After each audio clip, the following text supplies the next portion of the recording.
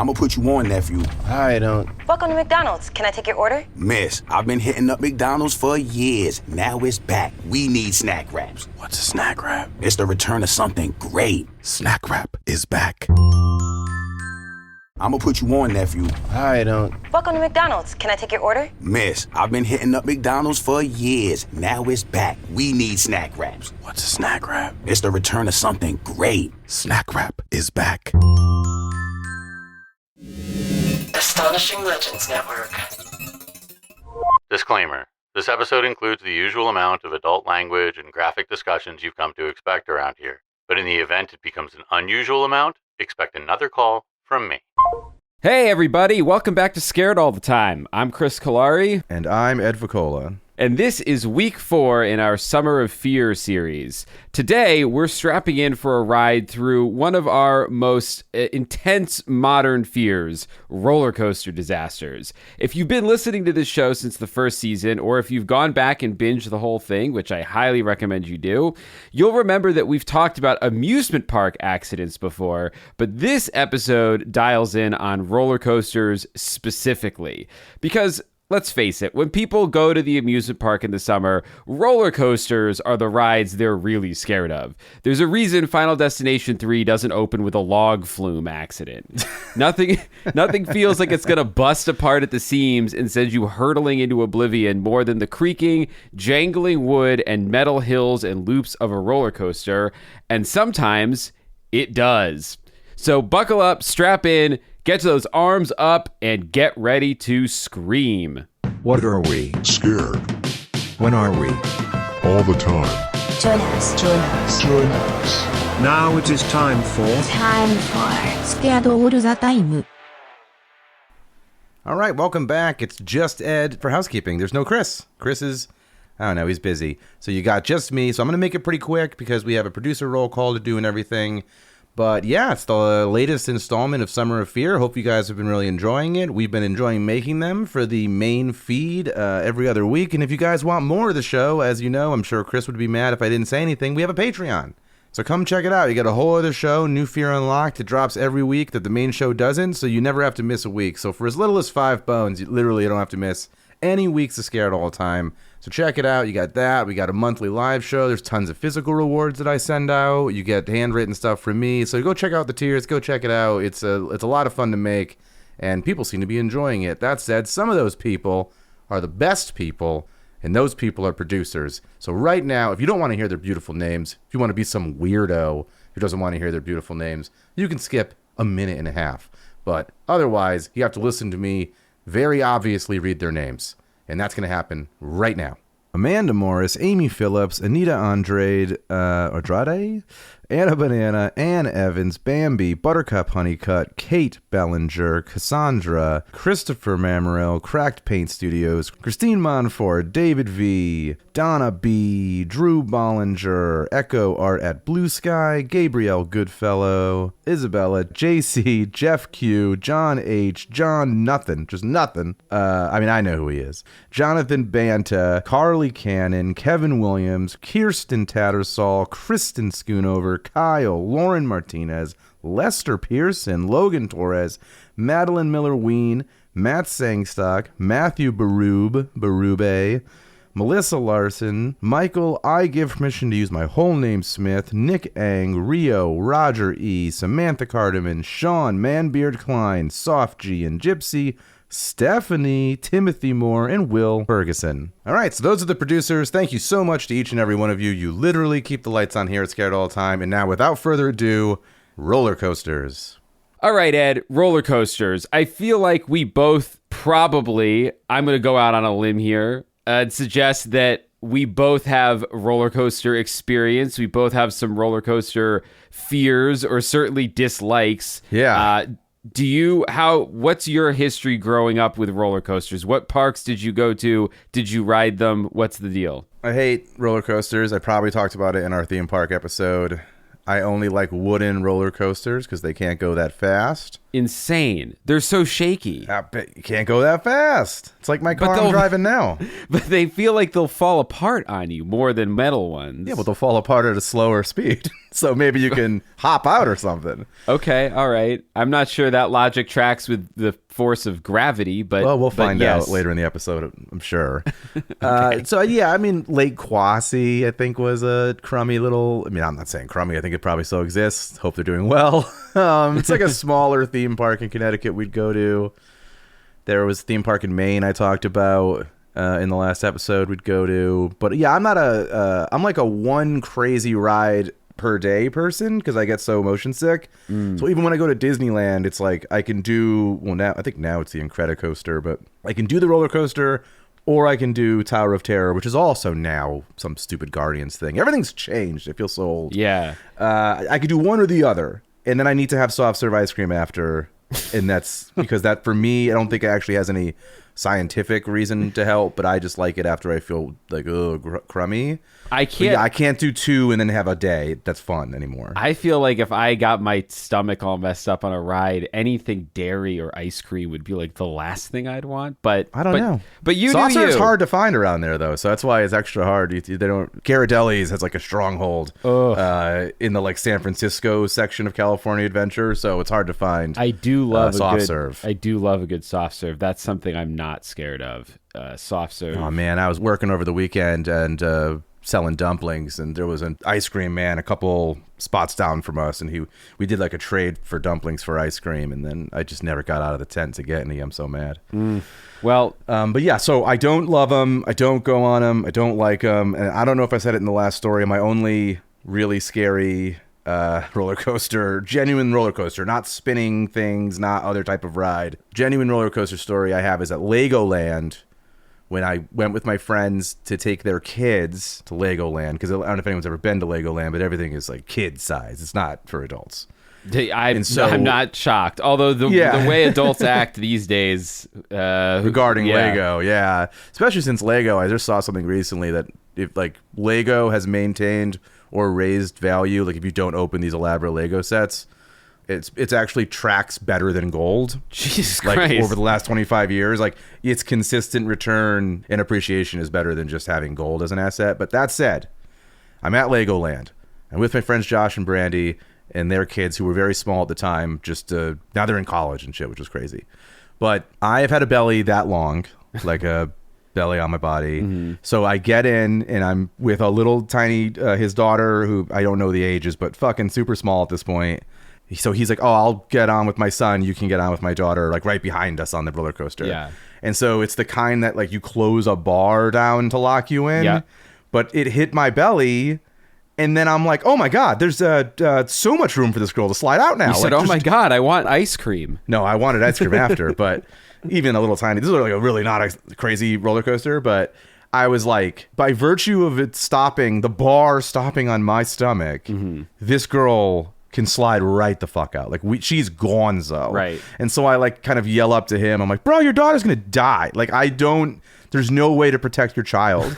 And he was like, just put your arms on her shoulders. He's like, it's a kiddie ride. Yeah. It's not going to go like, upside down. Yeah. So but I was still like so freaked out because why would they design it this way? Right. So anyway, that was my only real like, holy shit moment on a roller coaster is I thought, I was given 4 minutes of responsibility with this guy's kid. And I'm like, she's gonna slide out and die. Did you ever feel like she was actually gonna slide out on the ride, or once it started, were you like, oh, I can hold on to her? I felt like once it started, I can hold on to her. It wasn't crazy. It wasn't as small as like that little dragon that they drive on a truck to like a carnival. Right. But it was not crazy. But I do feel like my arms hurt later from just being so tense the whole time of being like, oh God, please don't let this person fly out. My roller coaster story, I grew up riding roller coasters. I didn't like them very much until I was older. I was afraid of them, I think, just because I was an anxious kid. Like I didn't like just the speed and sensation alone. I was like, no, thank you.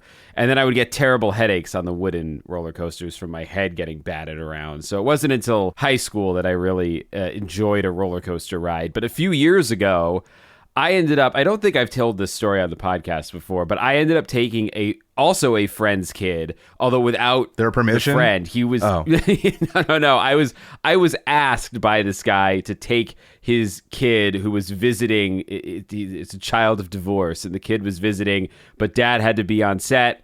And so he asked me if I would take his kid to Six Flags Magic Mountain because they were supposed to go. Oh, so it's out here, Los Angeles Magic Mountain. Yeah.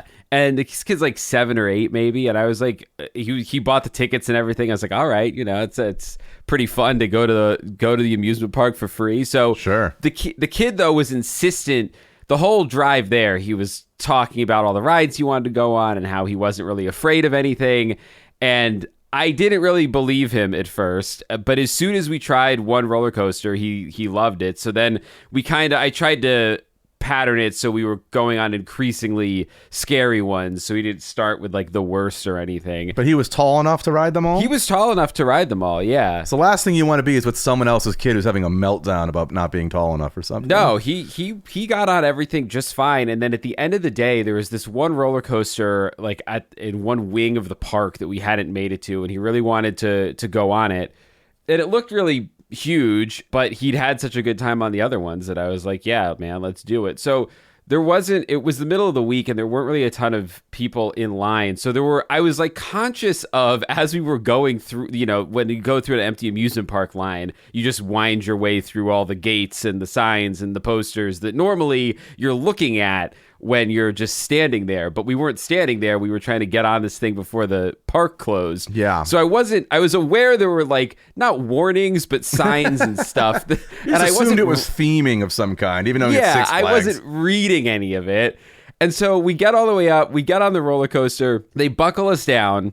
And, they do all the keep your hands inside the car and everything. They hit the button and the roller coaster starts moving backwards. And at first I was like, oh, they're drifting us like into the proper track and then we're going to take off. Yeah. But then it just starts going uphill backwards. And there's these like speakers in the headrests of the ride, and it starts playing this pulsing sound of a heartbeat. Oh my louder God. and louder as it's pulling us up backwards. I thought I was going to read you the terms and conditions. No. It's just making you even more tense.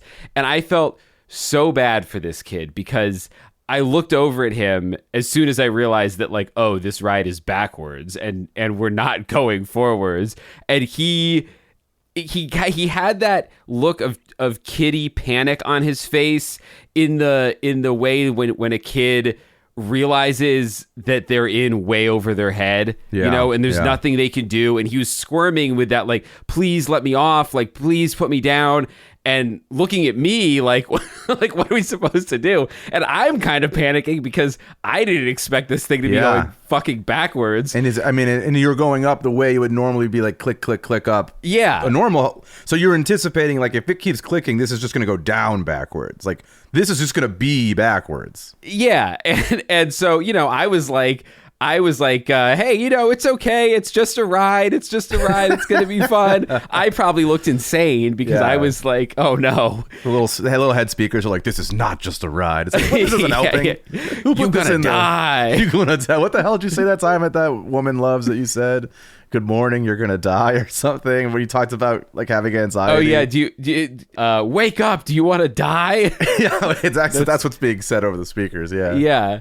And so before he starts crying, we hit the top and it just leans you backwards and drops what feels like 90 degrees, straight down backwards. And I was screaming. And then I, like a couple seconds into it, I looked over and he was screaming, but not like happy screaming, just like pure terror screaming. And if I was with him, he would have been screaming and covered in puke. So it worked out that he was with you. Yeah. So the ride finally ends and we pull back into the base of the ride and I thought this kid was dead. He was just like pale, staring off into space and, it unlatches and everyone's getting off the coaster and he's still just frozen. And I was like, I got him out of the ride and I was like, how am I going to explain to this guy that I like cooked his kids' brains on a roller coaster. Yeah, I know. He's getting straight Fs at school now and stuff. He's just like cutting himself to feel anything.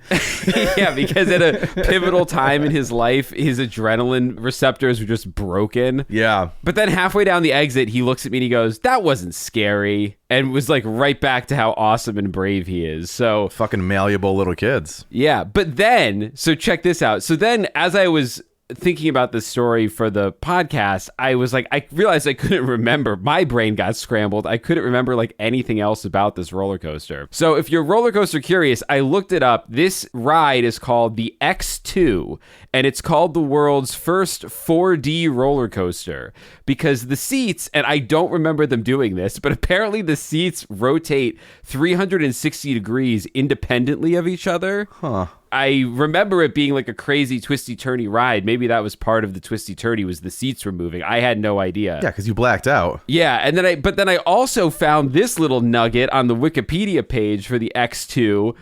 On June 23rd, 2022, a 22-year-old male reportedly sustained a fatal brain injury while riding X2. Oh, no. According to a lawsuit filed by the family on March 19th of this year, 2025.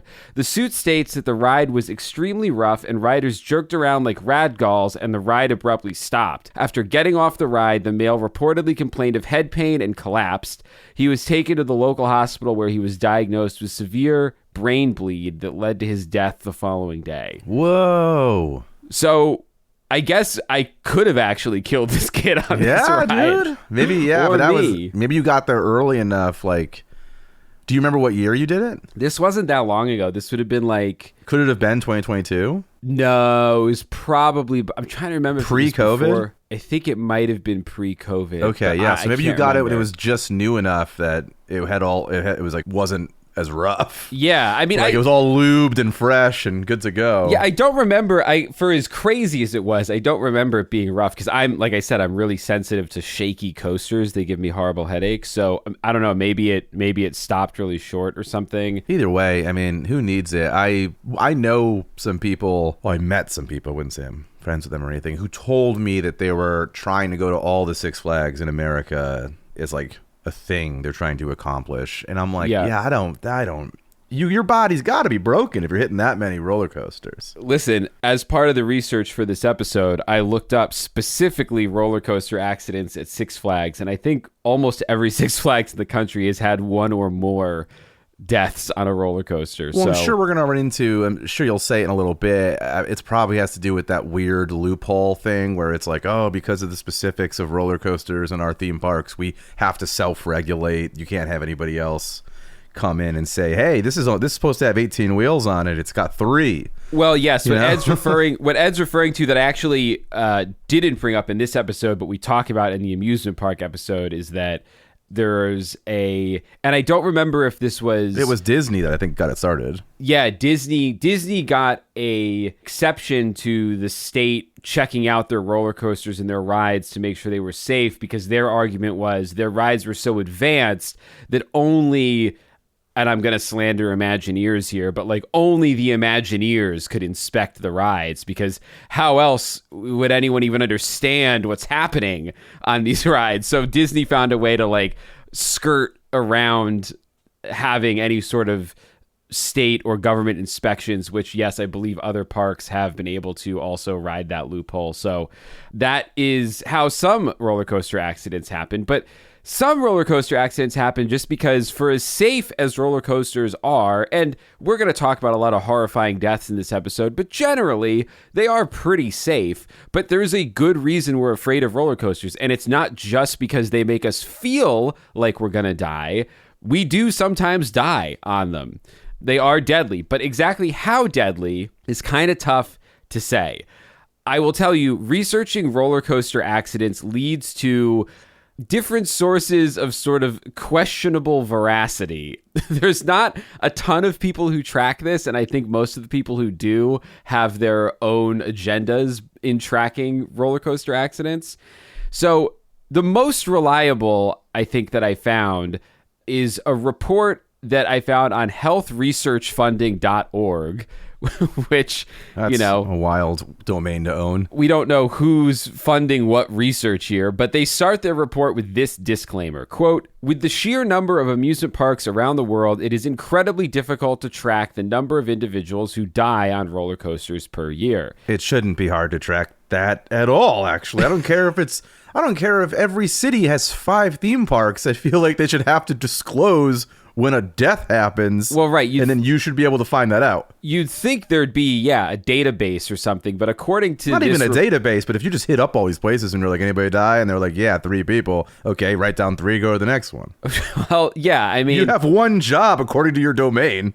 Well, according to this report, the number one issue associated with determining the amount of coaster deaths pertains to the fact that there isn't a specific method of catching all these fatalities.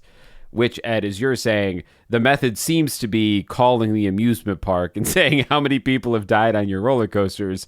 But I don't know, maybe they don't have to divulge that information. You'd think they would have to. With that being said, the majority of statistics pertaining to roller coaster deaths are estimates. Also, there are very few researchers who have published studies or even looked into the amount of individuals who die or who are injured by riding amusement park rides such as roller coasters. They go on to say that Dr. Gary A. Smith, the director of the Center for Injury Research and Policy at Nationwide Children's Hospital in Columbus, Ohio, is one of the few researchers who have spent an ample amount of time attempting to track the amount of people who have been injured and killed by amusement park rides, more specifically, roller coasters. According to his research, over 4,400 children and teenagers under the age of 18 are injured on roller coaster rides in the United States, which I think, Ed, you're probably going to jump in and ask this question. Do you mean 4,400 children a year? Because that seems like a lot. Yeah, I mean, you got me. Unclear. It's a little confusing. I couldn't find if he meant 4,400 children as of the writing of this report or 4,400 children a year. Well, as a person who got injured at a theme park, I mean, it's a year sounds right. Because injury doesn't have to be like life-threatening. That's true. It does say, the report then goes on to say that the number accounts for about 20 children a day during the peak season for amusement parks. This number could be exponentially higher, but the problem is that many injuries are not monitored and recorded for review. So I guess, yes, if you're thinking about injuries as how many kids a day get a cut on a roller coaster or smack their knee getting on or off the roller coaster. So 365 times 20 is 7,300. So let's remove a bunch of those for peak time of year. So yeah, I bet you it's per year, the 4,400 number. And an injury can be anything that's, if your kid leaves different than they showed up, that counts. Sure. Right. Smith also notes that injuries from roller coasters are far more common than deaths. Not surprising. Oh, yeah, no kidding, bud. Jesus. Good thing he's a doctor. What a smart guy. Yeah, thanks for telling us what we already know. You should work for the Atlantic. He says we've got 4,400 injuries in this yearly period compared to 52 deaths tied to roller coasters logged in reports from the Consumer Product Safety Commission between 1990 and 2004. So just a handful of deaths per year as compared to 4,400 injuries. Unfortunately, for reasons that I also couldn't find, the Consumer Product Safety Commission no longer tracks data associated with deaths and roller coasters. I assume probably because of lobbying from the amusement park industry or something. Yeah, or just defunded through, maybe they were using federal funding in some way or state funding, and now all that shit's gone. So the article then says, and this cracked me up, it is therefore generally up to media outlets to, quote, produce information pertaining to recent deaths from amusement parks. Oh, yeah. They'll do it. They're already on top of that. They're calling anyway. Which sounds like saying that it's up to them to produce the information sounds like a fancy way of saying make it up. Well, no, I just think that, the deaths are uncommon enough where, like, if someone dies, local news is gonna tell you. Like, if it bleeds, it leads type of thing. Yeah, and I guess, this is why now that the Consumer Product Safety Commission no longer tracks the data, if you really wanted a nationwide survey of these roller coaster deaths, you'd probably have to try to talk to all the news networks that have already done the local data collecting and then somehow put that all together into a larger picture. But the site notes that statistics are an important factor to take into consideration when you begin riding an ample amount of roller coasters. Which is a... Go ahead. Well, it's just a funny way of saying that, you know, if you ride too many roller coasters, statistically, your life may be in danger. But when they say ample, they're talking a ton of coasters before mathematically you'd be in danger. There are over 297 million people in the United States alone that have had the opportunity to ride 1.7 billion different amusement park rides, most of which are roller coasters. And then I think that number means literally how many times the rides have been ridden, not that the U.S. has 1.7 billion roller coasters. I was about to say, it's like, shouldn't I be tripping over a roller coaster every time I leave the house? Yeah, I think they mean that 1.7 billion rides have been taken. Sure. But still, we're talking about a ton, because the case study conducted by the Department of Health and Human Services tells us that all of those people in all of those rides, only 40 were killed between 94 and 2004, which I think is the same number the Consumer Product Safety Commission came up with. Yeah, and also the last number, because I'm sure that department's also gone. So that's the last number we'll ever get. Yeah.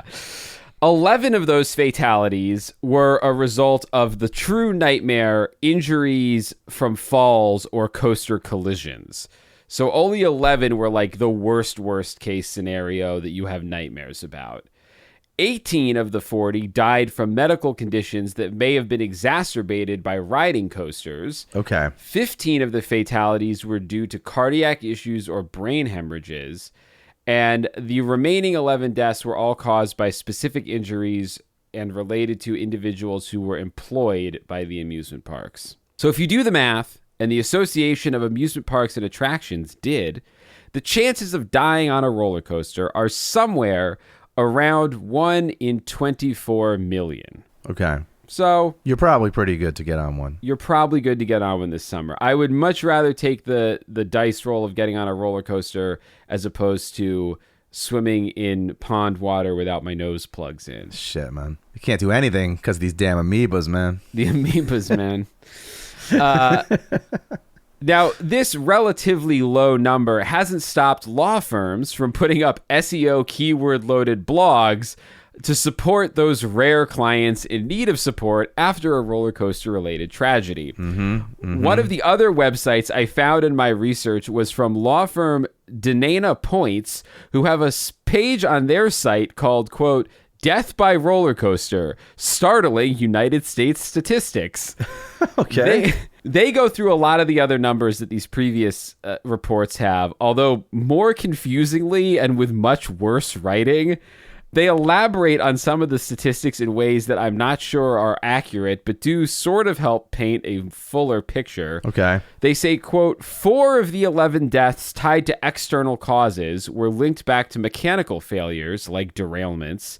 3 of the 11 fatalities were linked to rider misconduct, like disabling safety devices or entering restricted areas. So that's victim blaming, that one, yeah. That's victim blaming. And 3 other deaths resulted from failure of safety restraint systems like lap bars and shoulder harnesses. You got a fat guy and a child, like I dealt with. We'll hit some other fat guy stories in a little bit. That does seem to be an ongoing concern. We as a nation and me as a person, we all got to slim down a bit to get on rides and on planes and everything else. We got to do it to help out society here, folks. Let's all fucking hit the gym. Our roller coaster accident attorneys note that about half of the roller coaster fatalities resulted from medical conditions. Several medical conditions can be exacerbated by riding a coaster, including heart disease and asthma. 18 deaths from medical conditions, including 5 victims aware of their pre-existing conditions, 2 of whom were on anticoagulants and hemorrhaged. These 18 deaths comprised 8 intracranial hemorrhages, 7 heart conditions, 1 asthma attack, 1 aortic laceration, and a partridge in a pear tree? 1 categorized as unknown. So I guess someone who just died on a roller coaster for no apparent reason. From fear. They died from fear. Yeah, probably from fear. It seems like with the exception of derailment, or a mechanical failure or a drunk carny operating the machine, kind of seems like you can cover your ass with a sign a little bit. You can kind of be like, hey, anyone with pre-existing heart conditions, don't get on if you have asthma, don't get on if you're whatever, and you're good. Most roller coasters have those signs, I'm pretty sure. Because it seems like everybody dying got on knowing that they were told they have 14 beats left of their heart, and they were like, oh, I'm going to use it this way. Now, Dana Point's law firm, they're for the people. They're looking out for you. So they include a section called Recommendations for Preventing Further Horrific Roller Coaster Fatalities. Even though this will obviously cut against their profits. Yeah, like, listen, we want to represent you, but if we have to meet, I can help you out. But wouldn't it be better for both of us if we never met? Exactly. So here's ways to avoid needing us. The researchers for this particular study have been fired. They concluded that the prevention of roller coaster deaths relies on, quote, establishing an effective surveillance system for amusement ride injuries. Okay, big brother. Easy. Okay, about to say, like, again, not stopping you dying. It's just like we now have proof that you were on the ride. Engineering the rides to better protect both riders and employees. Improving training and supervision of ride operators with regard to safety precautions. And posting warning notices regarding medical conditions near the rides. So basically, the plan for making roller coasters safer here seems to boil down to make them safer. Except for the first part, which means make them more easily prosecutable. Yeah. Like the other two just seem like real first thought, that should have been the case anyway stuff. Once again, both the doctors and the lawyers involved in this episode so far, I feel like we could be doing their jobs. But the blog goes on to say, and this is verbatim from the website, for instance, our roller coaster accident attorneys mentioned that rides could be designed to automatically shut down, in parentheses, safely, we hope, when a rider releases or disables a safety restraint, or when a ride operator leaves the safe operating area. Our roller coaster accident attorneys, again, loaded with SEO here, add that an effective and enforceable system for thorough ride safety inspections in accordance with nationally accepted safety standards on a regular schedule would also be a strong step in the right direction. So, besides being very hopeful that someone out there is Googling roller coaster accident attorneys, I'm not sure what we can really learn from Dana Points here, but we're getting ahead of ourselves. I'm gonna put you on, nephew. I don't. Welcome to McDonald's. Can I take your order? Miss, I've been hitting up McDonald's for years. Now it's back. We need snack wraps. What's a snack wrap? It's the return of something great. Snack wrap is back. We can't talk about modern roller coaster disasters that might be prosecuted by a law firm, roller coaster accident attorneys such as these, without traveling back through time and talking about how we got roller coasters in the first place. Now, Ed, you'll probably remember, but I'll shout this out to the audience. This is a first for Scared All the Time. We're 50... I think this will be 57, I think. 57 episodes in. And not including the bonus show. This is the first time that we're zooming in on a specific fear that was already part of another fear. Oh, yeah. So true. Theme Park Disasters was episode 16, released all the way back last spring in the ancient times of the year 2024. Take us back. You may remember it or you may not. I don't really remember a ton of it, which is why I want to take a second to take a closer look at the history of roller coasters, even though we did touch on this in the theme park accidents episode. So apologies if any of this sounds familiar, but I think it's all really interesting, and I assume we have a lot of listeners who are also not going to remember any of this. So we can trace the origins of the roller coaster to 17th century Russia, where members of the aristocracy in St. Petersburg... Oh, yeah, I remember this. Yeah, Amerikansky Gorky or whatever. Yep. Yeah! They would race down what were called Russian mountains, wooden ramps covered in ice. Riders would climb a tall staircase, plop onto a sled or a block of ice, which could not have been comfortable. No way. Especially in Russia, I assume if it's cold enough that there's other ice on the ground. So it's like the inverse of a water slide. Sure, yeah. Just a fully frozen ride. But you would get on a sled or a block of ice and you'd shoot down the slope. Sometimes they would hang festive colored lanterns around it for atmosphere. And these gravity slides became enormously popular with the Russian elite. Catherine the Great even had the bright idea to build a summer version with wheeled carts that didn't require ice for the 2 weeks of summer they had over there. According to CFJC Today, quote, Catherine kept things classy by adding a tea pavilion next to her coaster so she could entertain the ladies of the court after some zipping fun. So tea pavilions did not stick around as a roller coaster tradition. But the idea of the roller coaster moved from Russia to France, where legend has it that after the defeat of Napoleon, Russian soldiers in Paris shared their exhilarating coaster pastime with the French, and by 1817, Paris had its first amusement ride hit, the Promenade Aérienne, or aerial walks, at Parc Beaujon.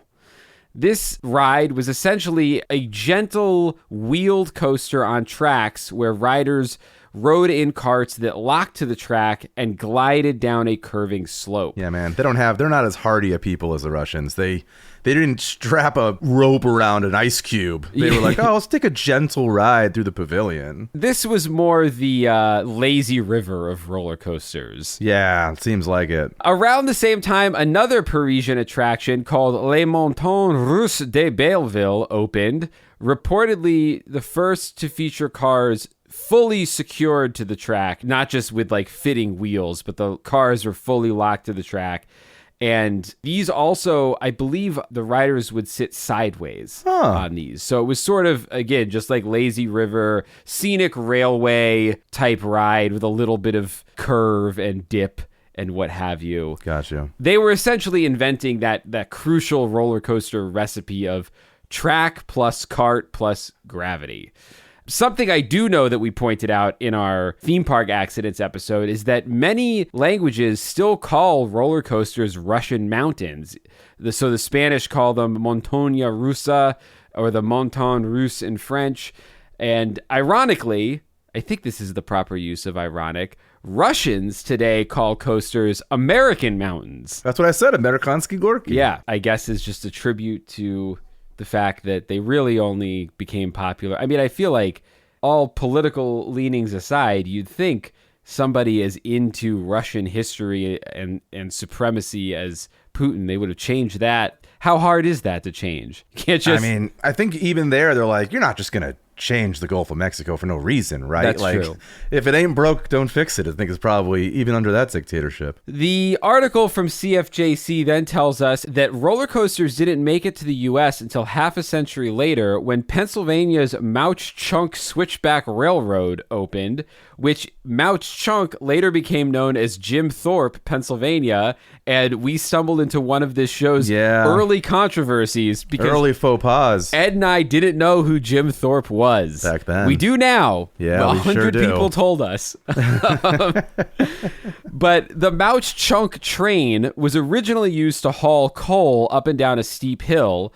But by 1844, the railroad started offering passenger rides down the mountain at hair-raising speeds of up to 50 miles an hour.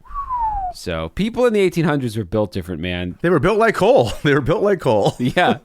Take this rickety-ass Indiana Jones coal ride and pay for it. And walk back up from the bottom. I don't even know if it took you back up. No, they were in need of entertainment. But I Googled it, and it says that it's called the American Mountains because the modern roller coaster with wheels on rails was popularized by the United States. Yes. So if we all were still riding blocks ice, we'd probably be the other way around, but I guess we made it popular to that type, and they stopped using ice, so they felt they should attribute it to us, which I guess is a baller move. It's nice of them. Yeah, that's it's cool that they change with the times. International cooperation, that's the kind of reaching across the aisle we like to see.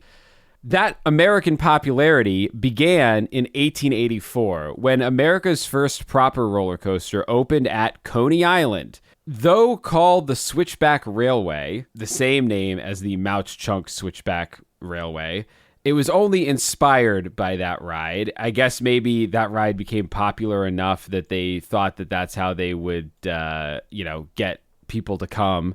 And this coaster was relatively not much of a ride by today's standards. It traveled 6 miles an hour down a 600-foot long one-way track. Wait, 600 feet, 6 miles an hour. I actually can't do that math, but yeah, it's you're on it for a second. You know, you're on not 1 second, but you're there for a bit. This was also a ride where the seats face sideways as well. So, and it only costs a nickel, but it was so popular at a nickel a pop that it earned its designer $600 a day. Whoa, this is back when you can design it and own it. That's a lot of goddamn nickels. Can you do that math, Professor? So I'm sorry, it's how much money per day? $600 a day at the price of 1 nickel. That would be, oh my god, I broke the internet. $600 that's actually not as many as I thought it would be. It's 12,000 nickels.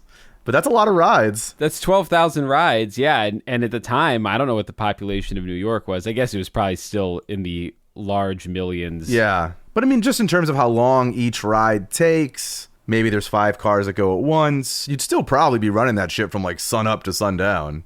Yeah, the slow tortoise ride. Yeah, people are walking, still talking to you, fully having conversations, just walking alongside it. I mean, honestly, I didn't see this in my research, but I wouldn't be surprised if part of the reason that roller coasters got sped up was just you could fit more rides in per day. Oh, 100%. They're like, people like this. If they go faster, we can make a lot more money. And you know what, the average person walks 4 miles an hour, so it's basically going just at a jog speed. So yeah, we got to speed, because I imagine the longer and longer and longer running times of movies now. I mean, theater owners have enough problems as it is, but you'd fit a lot less screenings in if your movie's 3 hours long. You know, yeah, you're exactly. selling less tickets. Same idea. It's also why Tesla became shorter.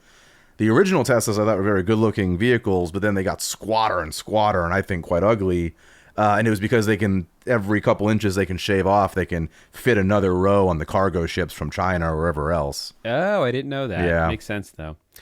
Anyway, this coaster, slowness aside, was such a hit that it sparked a craze for more in the United States. And within a couple years, more thrilling designs emerged featuring steeper, taller drops and different kind of fun elements like dark tunnels and painted scenery. I'm sure some more lanterns. Still no mention of tea cozies at the end, but, you know. With innovation comes experimentation, and some early experiments were kind of insane. Case in point, there was an infamous ride that I don't think we touched on in the previous episode called the Flip Flap Railway at Coney Island. No, I don't think we did. In the 1890s, this was one of the first coasters to feature a loop-de-loop. No. Now, I never... What year? 1890. That seems real early to be defying gravity in that way. But here's the thing. The problem wasn't so much that they were defying gravity. The problem actually was that they were creating too much gravity. So I didn't know this. It makes sense when you hear it, but the thing about loop-de-loop coasters is that the loops are not perfect circles. They're more a sort of teardrop shape, because perfect circles creates terrible G-forces.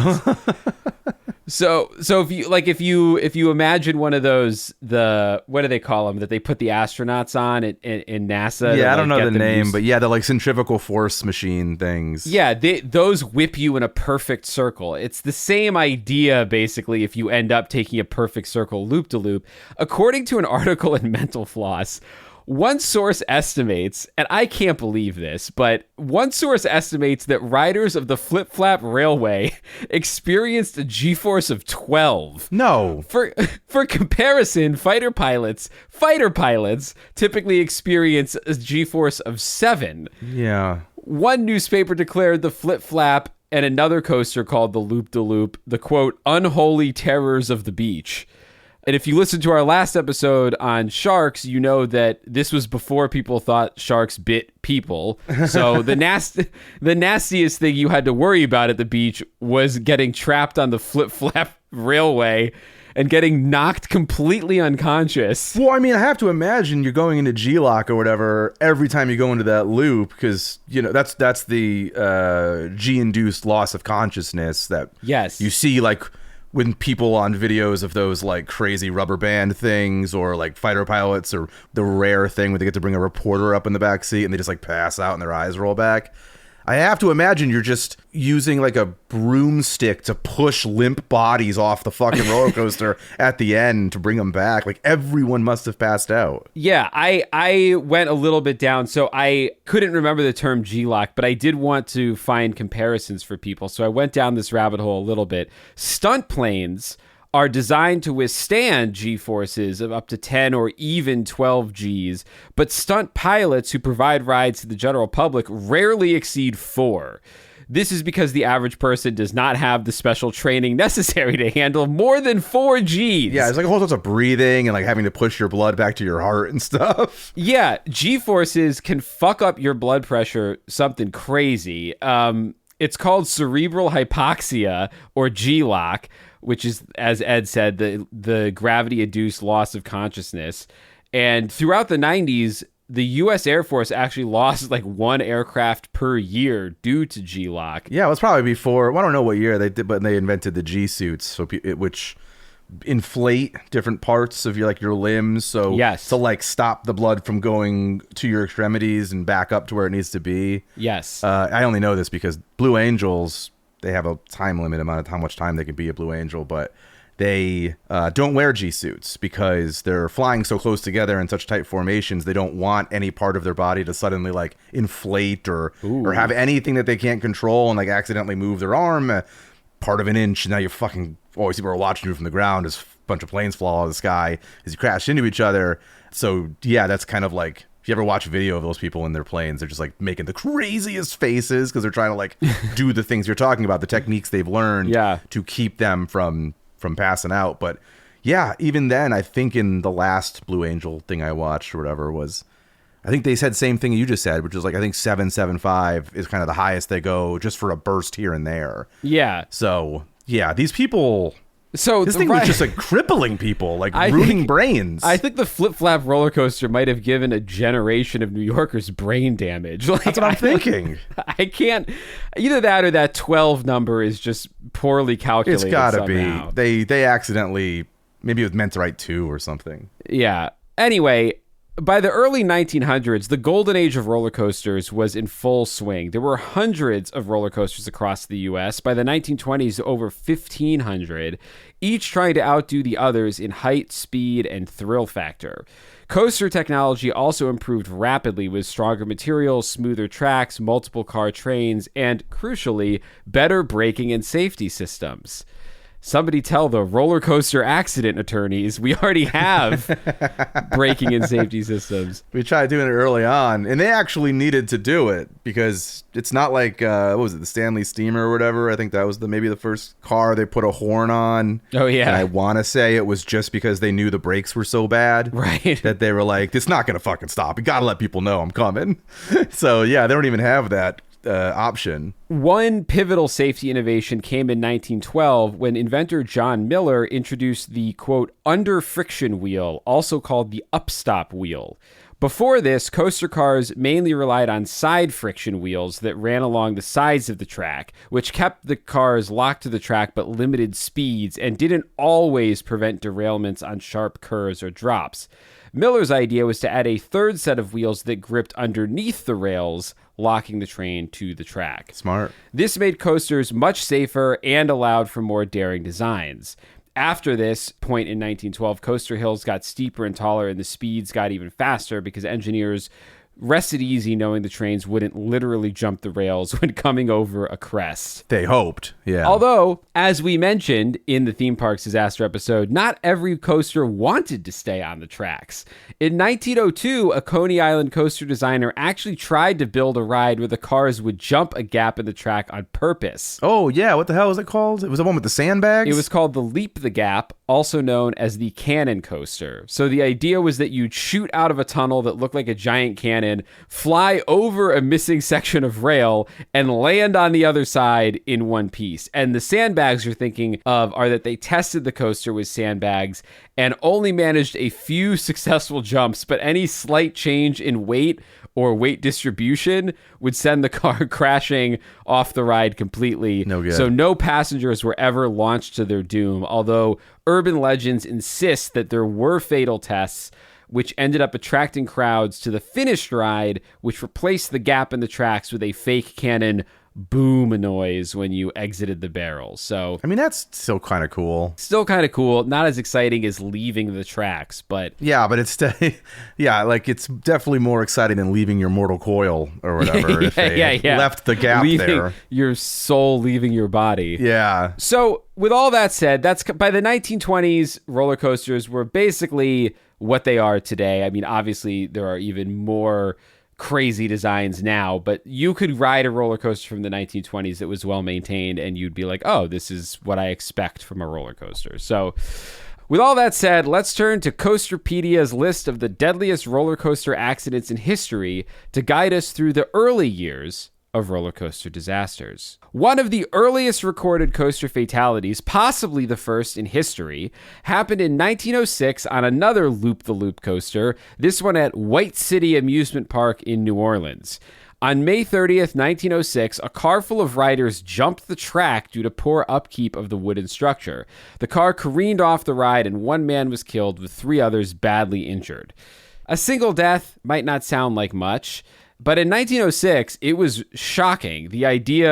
As shocking as the idea that a shark might want to take a bite of you. Got you. Nobody thought about dying on roller coasters. I think everybody kind of thought, well, if I'm paying to go on it, it must be safe, but not true. Yeah, I mean, it's pretty wild for a time period, which has got to be not far out. I don't remember every part of our Waking Up During Surgery episode, but a part not far out from like, you get a cut and then you're already writing sympathy cards for the loss of that person. Yeah, exactly. Like that they still so blindly and naively were like, there's no danger in the sea. There's no danger on this man-made wooden insanity machine. I think, like, if I try to put myself in the shoes of a person in the mid 1800s, part of me feels like everything would be scary. But then part of me also feels like these are just new, weird, exciting things, and maybe the excitement and the cultural thrill around it just sort of, you didn't really think about it as much. I think if you got through your factory job, that's true. You're like, what the fuck is going to be worse than this? Life was more dangerous back then. Yeah, you probably knew 5 people that died in a shirtwaist fire factory or whatever, factory fire. Then you did people who died, on whatever the hell they used to be called,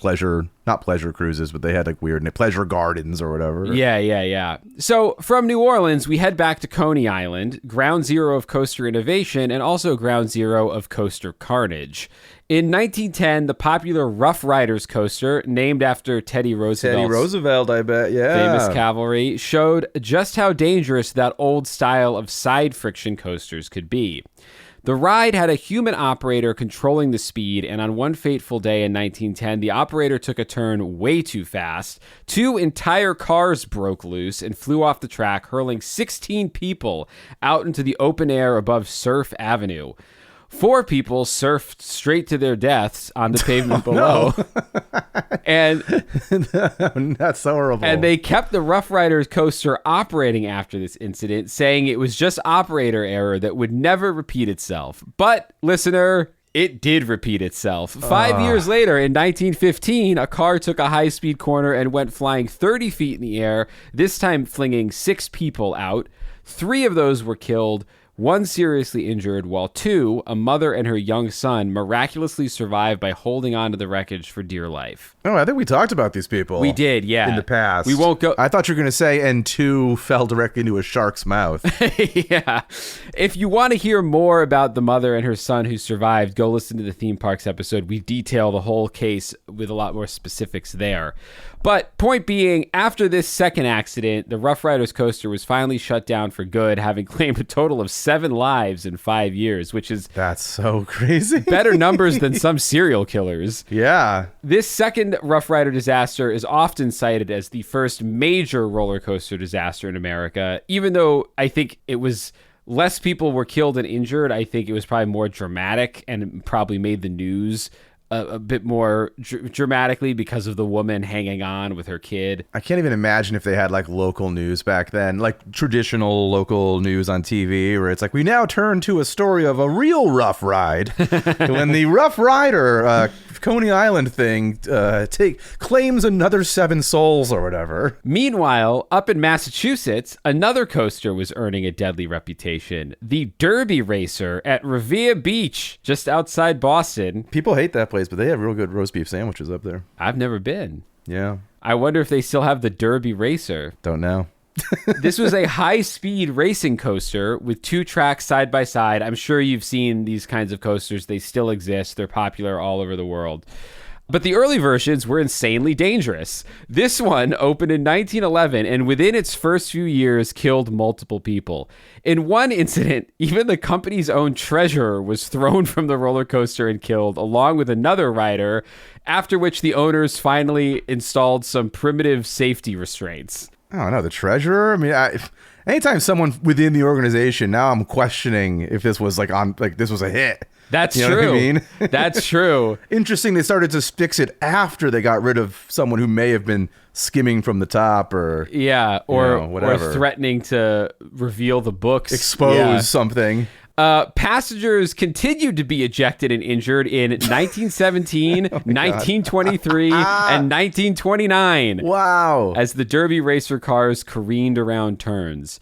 Over its 25-year span, the Derby Racer killed or critically injured a number of riders, somewhere between 3 to 4 deaths and many serious injuries, although the record keeping, as the dead treasurer, I'm sure, found out before he was killed, was a little loosey-goosey at Revere Beach. So it got so bad, though, that the Derby Racer amassed, quote, the most abysmal safety record in the history of roller coasters, according to CFJC Today. Finally, management gave up and shut the ride down for good in 1936, which is... I don't like that it was management's choice, by the way. Yeah. There's nothing that can stop them after receiving an F- on their safety card or whatever. That's just, again, up to them to be like, it's too much of a headache. Let's just close it. There should have been some entity that can force you to close it at that point. Well, I mean, and it took them, 7 years? The last injury or death was 1929, so it still took them 7 years to close the roller coaster. That's what I'm saying. That's why we need regulation on a lot of things. If you leave it up to these people, they're going to keep selling tickets to... It took the return of the spirit of Bob Cratchit or whoever was thrown off that roller coaster. Oh, yeah. We needed some... Yeah, we shouldn't have to rely on fucking... Charles Dickens ghosts to change the CEO's mind or whatever. Yeah. I mean, didn't we talk in the theme park episode about like some fucking like state senator's kid died before anything? I don't even think anything changed actually after that. But yeah, that was a more modern accident. Yeah, 100%. But I'm just saying that like, was that the beheading on the the beheading water ride? The kid ended up being some bigwig's son. Jesus. Well, by the end of the Roaring 20s, roller coasters were beloved, but they were also feared. There had been enough of these headline-grabbing accidents that you knew when you boarded one of these things that you were taking a small risk. And then, in 1930, the United States experienced what was, to that time, the worst roller coaster disaster in history. On July 24th, 1930, a packed roller coaster at Krug Park in Omaha, Nebraska, suffered a catastrophic failure. The coaster was called the Big Dipper, which is a name that would become infamous again in the future. More on that coincidence in a moment. But according to HowStuffWorks.com, it was just after 6 p.m. when a train full of riders was partway up the lift hill and a crucial bolt under one of the cars worked itself loose. This bolt held the brake shoe in place, and once it fell out... Was Boeing that made this? Yeah. Once it fell out, the brake shoe dropped and got snagged in the running wheels of the train. In an instant, the train jerked off the rails and smashed through a flimsy guardrail along the track. The lead car plunged to the ground 35 feet below, dragging the next 3 cars with it. Ugh. All 4 of those cars, filled with riders, collapsed in a heap of wood, metal, and flesh at the base of the coaster, crushing everyone on board. 4 people were killed, 17 others were seriously injured, and many of the victims were teenagers or young adults out for some summer fun.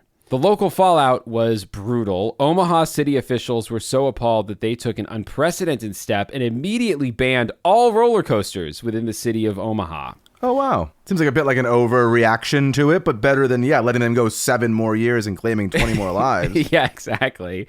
The Big Dipper was torn down, and without its star attraction, Krug Park closed in 1940. Oh, my God. Yeah, they tore it down, too. It was crazy. They were just like, we want salt the earth here. We want no memory of the Big Dipper. Yeah. Newspapers at the time, of course, played this up and really leaned into some wild headlines like this all-timer.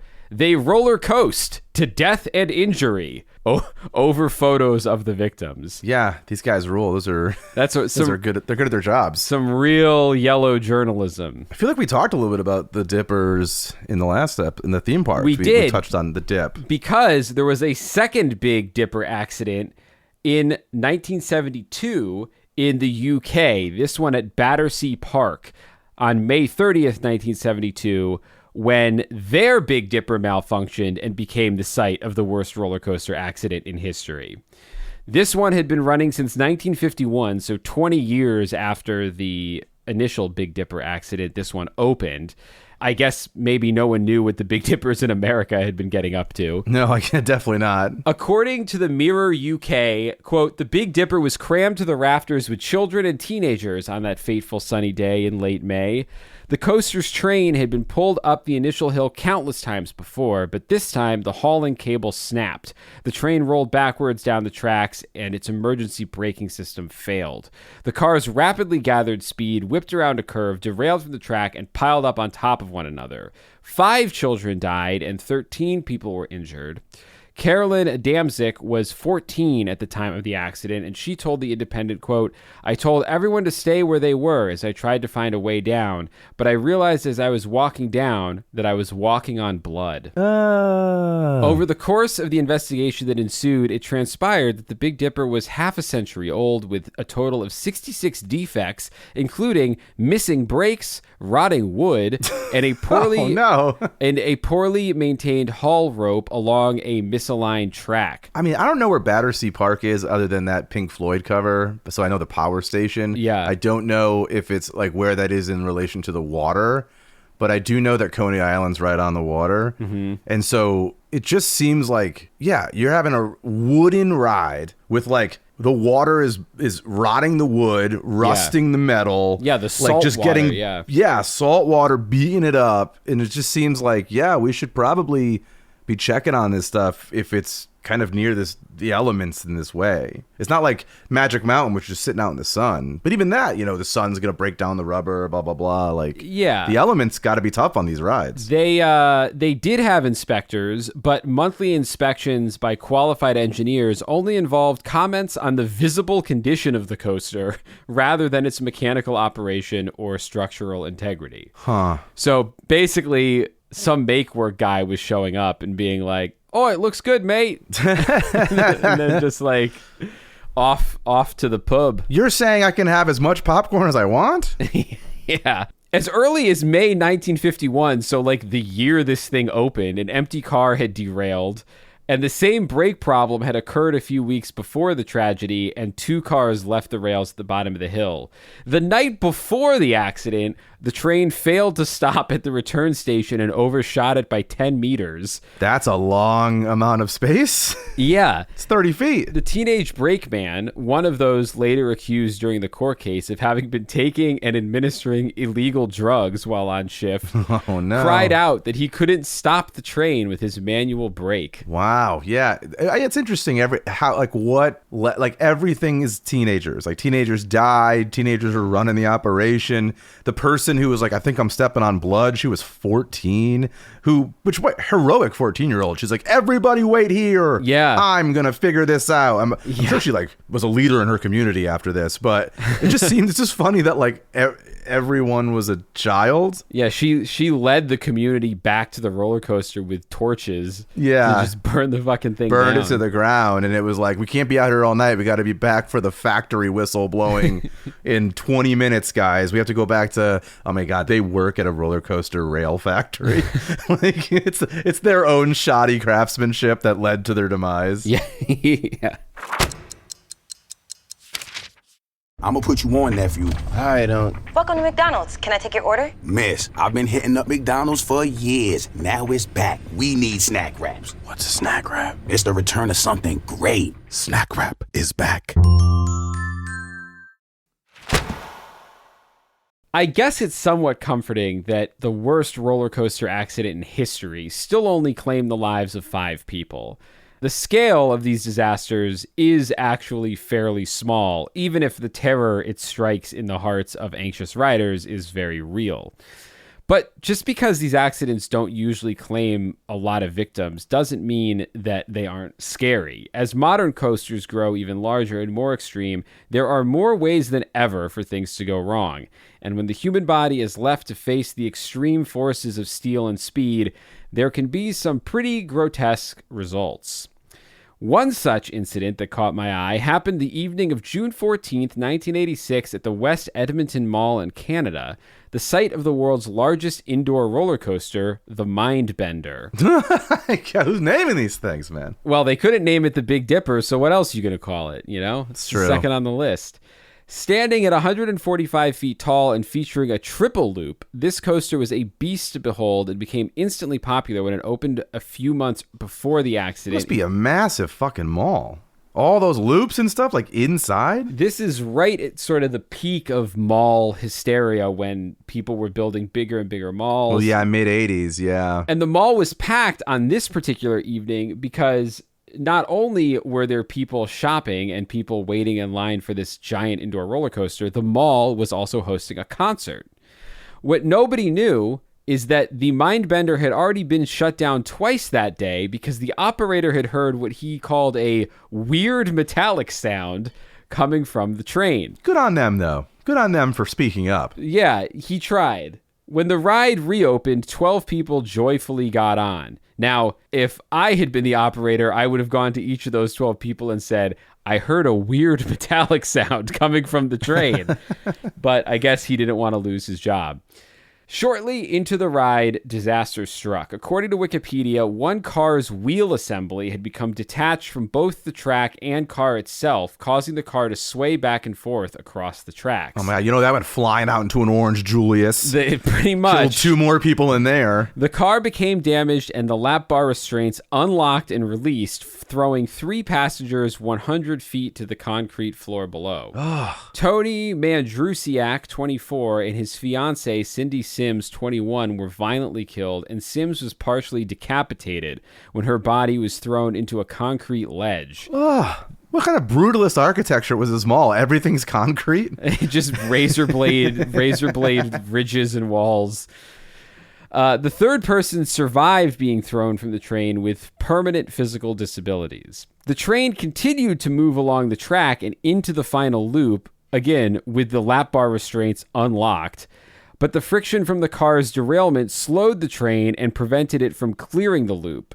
The car stalled upside down, and David Sager, 24, couldn't hang on without the proper restraints, and he died when he fell from the ride straight to the mall floor. That's me. There's no way. Every time I watch a movie and anybody's hanging from anything, I'm like, no fucking way. I can barely do a push-up. I would just be like, goodbye, and just let go. Like, I can't. I have zero, no matter, I don't believe there's any situation where adrenaline would provide, like, mom strength for me. Like, I just know I would be like, this is it for me, bye. Yeah, I have. Because if they had just held on, they might have lived. You know? Yeah, but yeah, I mean, I don't know. I have no upper body strength. I would try to like tangle myself into whatever restraints were there or something like. Yeah. But the train then rolled backwards down the loop and the detached car crashed into a concrete pillar about halfway down, stopping the train abruptly and injuring 19 more people.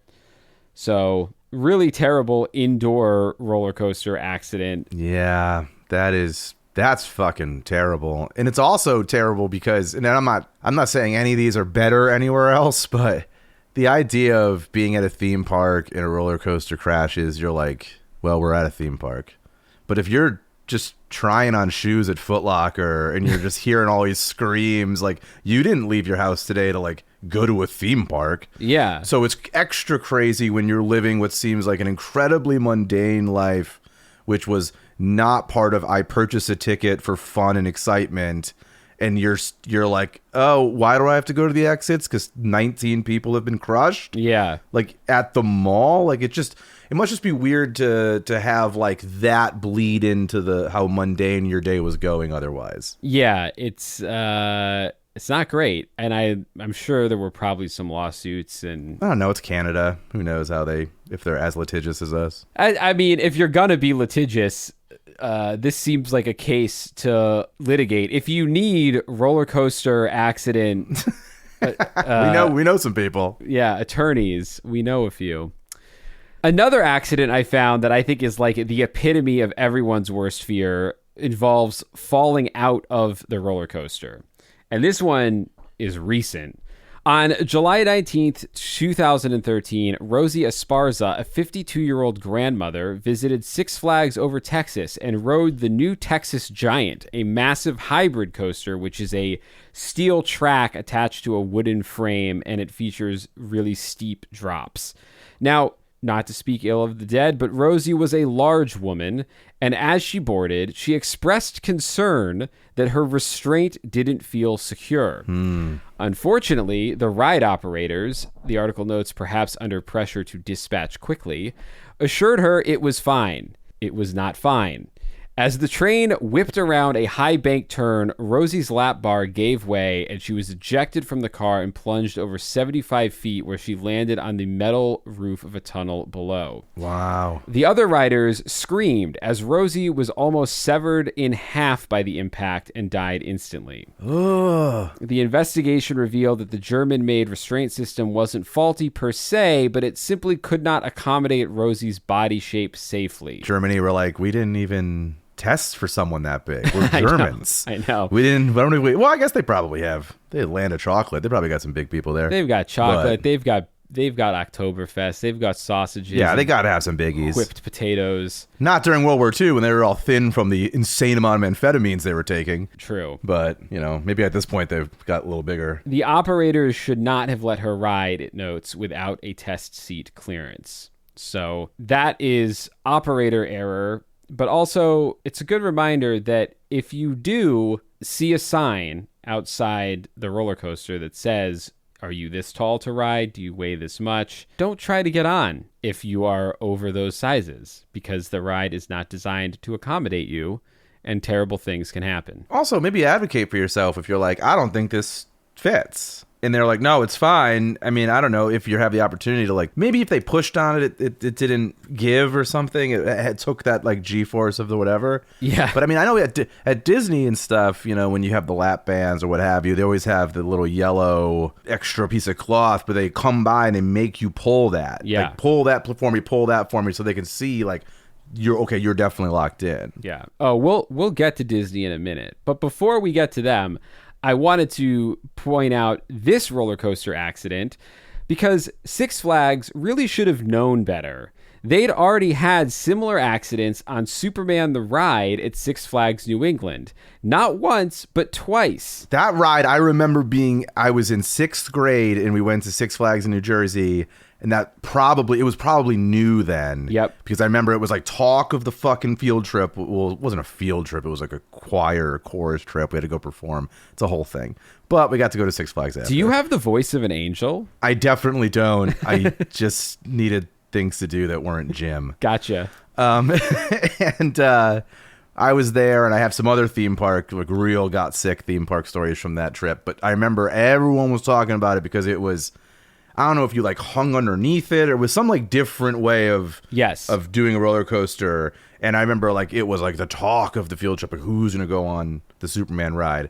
And honestly, I just thought of this right now, based on some of these fucking stories we've been talking about today, Six Flags, because it stands for Six Flags Over Texas, right? That's the original. I believe so, yes. Those should all be at fucking half-mast every goddamn day because people be dying on these rides. Yeah. That is crazy to me. At the opening each day, they need someone to play taps on a forlorn bugle. Exactly, outside dude. Exactly.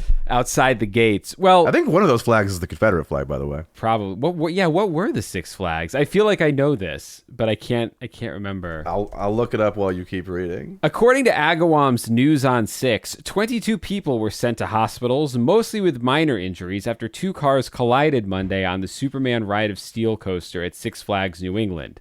The park remained open through the evening, but the ride, one of the park's 7 roller coasters, was closed. Quote, "It was like the car that slammed into us never even slowed down," said crash victim Maddie Nichols of Hampton. "My neck hurts, but it could have been worse." There were a few broken bones, facial cuts, and bruises, but most of the injuries were minor, according to Deputy Fire Chief David S. Walls. Witnesses said one train of cars was leaving the platform when a second sped into the platform and slammed it from behind. "It sounded like a big balloon popping," said Ariel Rosenthal, 17. He was waiting in line to get on the ride with a few family members when the crash happened. Quote, "There was some smoke and I saw blood on someone's face." State inspectors and engineers from the ride's manufacturer, Intamin, combed over the brake systems to find out why the train hadn't stopped. Ultimately, the incident was attributed to a braking failure that allowed 2 trains on the track at once, and after about 12 days of safety inspections and testing, Superman Ride of Steel reopened to the public.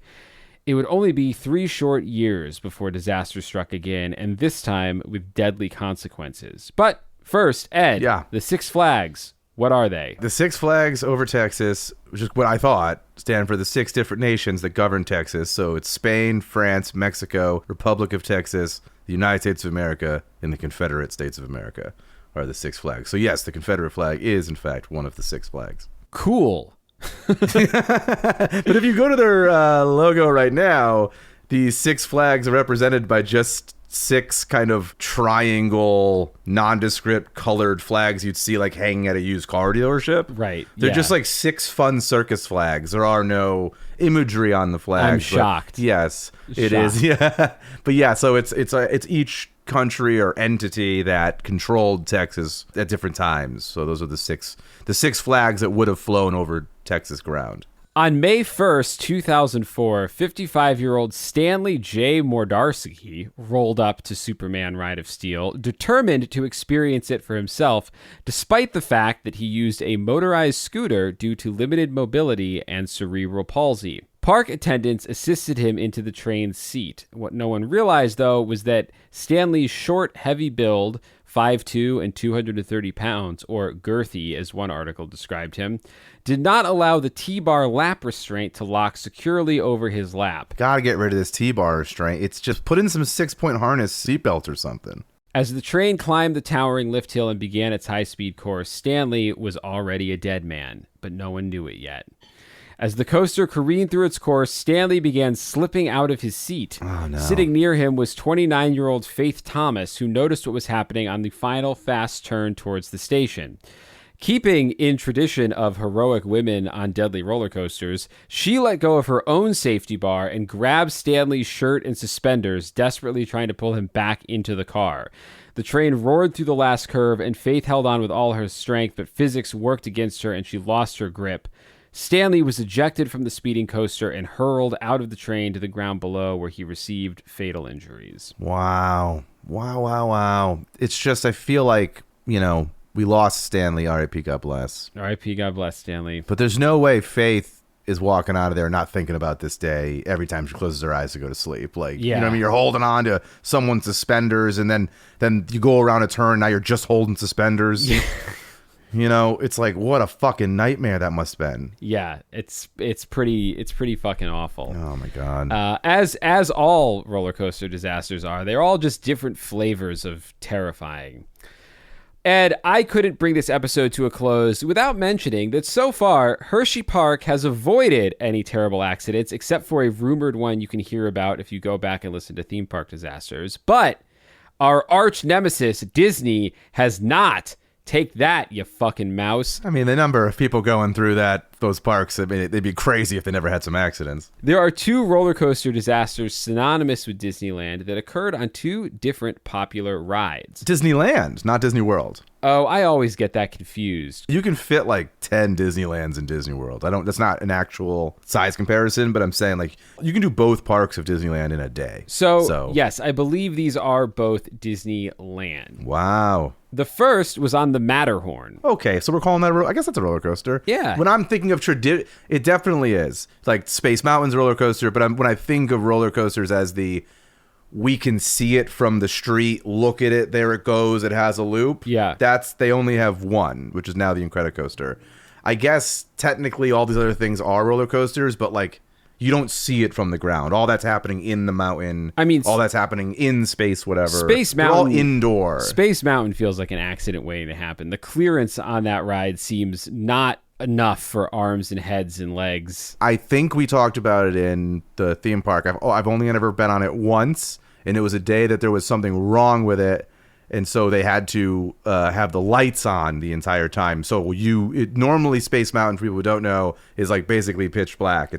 You're in space, maybe, I guess. Yeah, there's lights. And there's little twinkly lights on everything. So yeah, but so I went in and it was just bright floodlights of twisted metal and stuff that you're driving through and really just seeing behind the curtain on that one. And I'm like, man, if I was any taller, I feel like I'm going to lose my fucking head in here. Like, you're really zipping through some wild shit. Yeah. But I guess you're always going to run into that, unless you're a mall, wherever the fuck that mall was in Canada. Yeah. Like, you're constrained to space, right? You got to build all this stuff within the thing. So yeah, when I think of roller coasters, I think of like big structures outside. So yeah, these are all roller coasters at Disney, but they're all indoor roller coasters. In the early hours of January 3rd, 1984, 48-year-old Regina Dolly Young, a mother of 4, was excited for one more ride on one of Disney's oldest rides, the Matterhorn bobsleds. Now, the Matterhorn is not a ride that I think of as particularly scary, although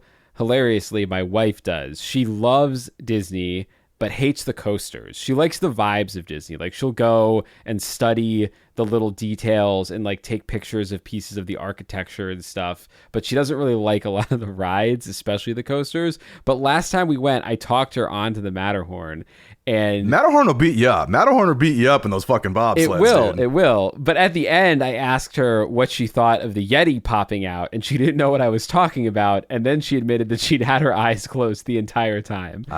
So yeah, sure. This is not a ride that's really going to blow your hair back. It's shaky, but this is not the X2. It opened in 1959, and it feels like it.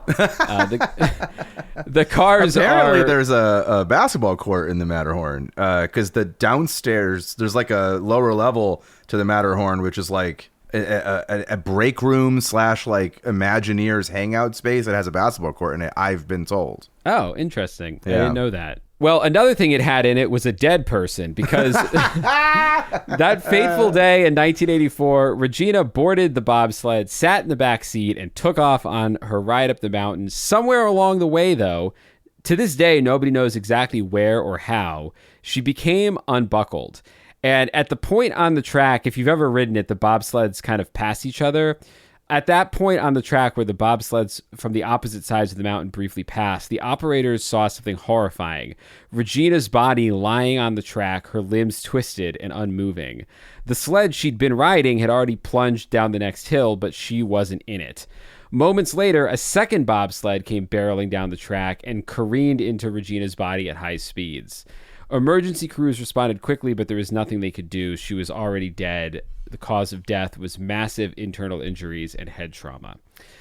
Disney immediately shut down Matterhorn for investigation, and the original report noted that Regina was not properly restrained at the time she was ejected.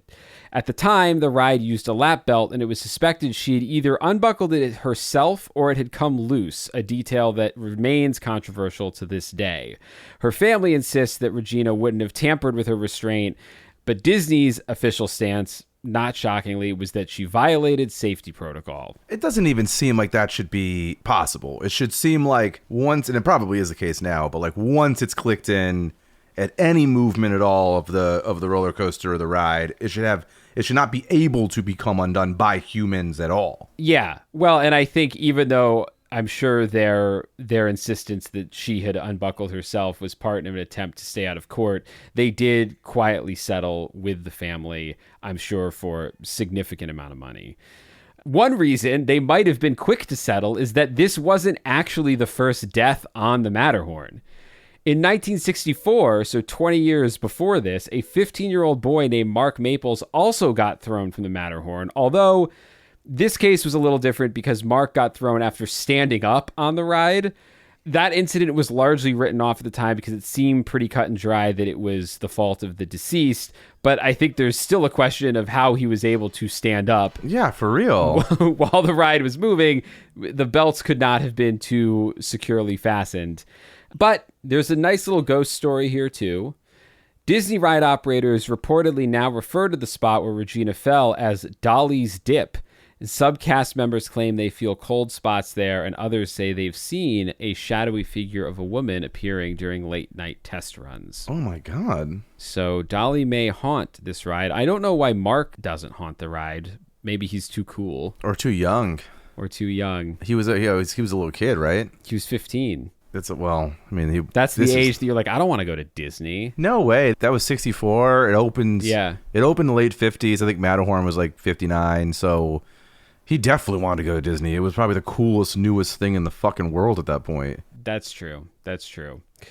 Well, for as much as I like to give my wife a hard time about being afraid of kiddie rides, she might be onto something because Big Thunder Mountain has killed people too. And this one was much more recent. Big Thunder Mountain seems like it would. That thing always, it seems, not that it's rickety. It's another, I will say this about Disney. I don't always go on all the rides because I get sick, but not a lot of smooth rides they got there. They do kind of beat you up, all their rides. Yeah, I mean, this one's newer. Big Thunder Mountain's newer, but a lot of the rides, the charm is that they're still relatively the original ride, so. Yeah, but Big Thunder Mountain beats you up a little bit too. Not as bad as those fucking bobsleds where you're like in a stranger's lap.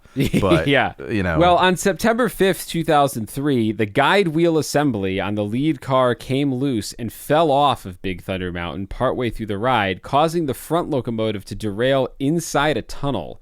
The car separated from the rest of the train and slammed into the ceiling of the tunnel, then came to an abrupt stop, and the passenger cars behind it rammed into it. Ugh. A 22-year-old man in the front seat of the first passenger car was crushed to death by the blunt force of the impact, and 10 other riders were injured in the pileup. Riders had to climb out in the dark with dust and smoke everywhere, some trapped for more than 20 minutes in the wreckage. This was Disneyland's first coaster fatality due to mechanical failure, and apparently it shook the park to its core. The resulting investigation found that the loose guide wheel wasn't properly reattached, and Disney's maintenance procedures were completely overhauled as a result. The incident tarnished Disney's safety record, but in a way, it helped push the entire industry to implement even stricter maintenance protocols, because after all, if Disneyland could have deadly coaster derailments, any park could have deadly coaster derailments. I will say that Disneyland, the last story that you said about Matterhorn and this one, that's different from the other stories you talked about, was they were immediately closed for investigation. Yes. There was no like, oh, we have people drawing the chalk outlines as the ride's still going above them. Yeah. Like that sounded like the other places. Here they actually fucking closed. Yes.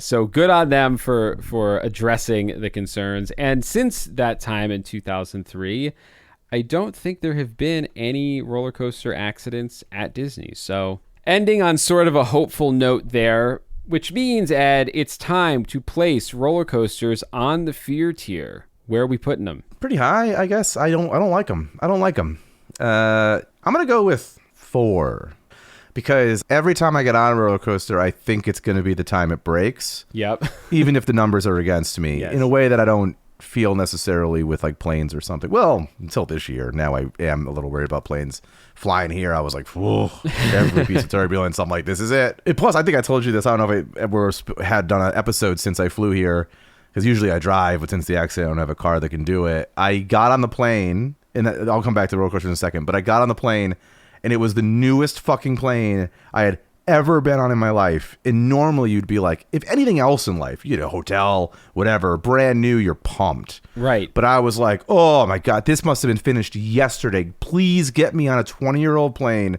where I knew that they weren't trying to build it with shareholder value and fucking in mind. Yeah. So I'm like, okay, what sixth bolt is not included on this new plane I'm on to make sure that like dividends didn't lower for these shareholders. So I genuinely had that thought when I got on this plane. I'm not sure Boeing was any less concerned about shareholders 20, 30, 40, 50 years ago, but I think maybe they were. I think maybe they were. Well, they were more concerned, you mean? No, they were less concerned 30 years ago about the shareholder value versus building a plane that stays in the air. Oh, I see what you mean. Yeah. So since I don't know a lot about what private equity has purchased theme parks, I'm going to go ahead and say it's 3 to 4 because I feel like it's going to be the time it breaks every time I get on, but the numbers are in my favor. I will agree with you. I'll also put roller coasters at a 4 because they are scary. They're supposed to be. They're thrilling, and the thrills sometimes scare me. So they're scary on their own, and then they can also be dangerous. So I think a 4, even though they're not supposed to be dangerous, I think a 4 is a pretty safe place to put them on the fear tier. Yeah. Probably the safest thing you can do this summer if you want to avoid sharks, amoebas, deadly firework explosions. Yeah. Who would have thought that roller coasters would technically be the safest thing in the summer of fear so far? True. Not me, I guess. I didn't expect it. But with that, this has been Scared All the Time. I'm Chris Cullari. And I'm Ed Voccola. And we will see you next episode. Bye-bye. Bye-bye. Scared All the Time is co-produced by Chris Cullari and Ed Voccola. Written by Chris Cullari. Edited by Ed Voccola. Additional support and keeper of sanity is Tess Feifel. Our theme song is the track Scared by Perpetual Stew. And Mr. Disclaimer is... And just a reminder, you can now support the podcast on Patreon and get all kinds of cool shit in return. Depending on the tier you choose, we'll be offering everything from ad-free episodes, producer credits, exclusive access, and exclusive merch. So go sign up for our Patreon at scaredallthetimepodcast.com. Don't worry, all scaredy cats welcome. No part of this show can be reproduced anywhere without permission. Copyright Astonishing Legends Productions. Good night. We are in this together. Together.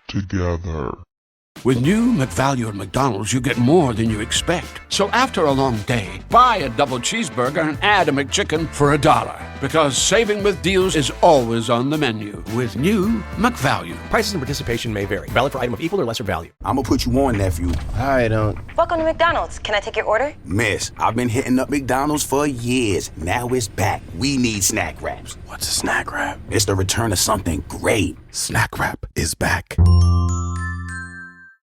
I'm gonna put you on, nephew. I don't. Welcome to McDonald's. Can I take your order? Miss, I've been hitting up McDonald's for years. Now it's back. We need snack wraps. What's a snack wrap? It's the return of something great. Snack wrap is back.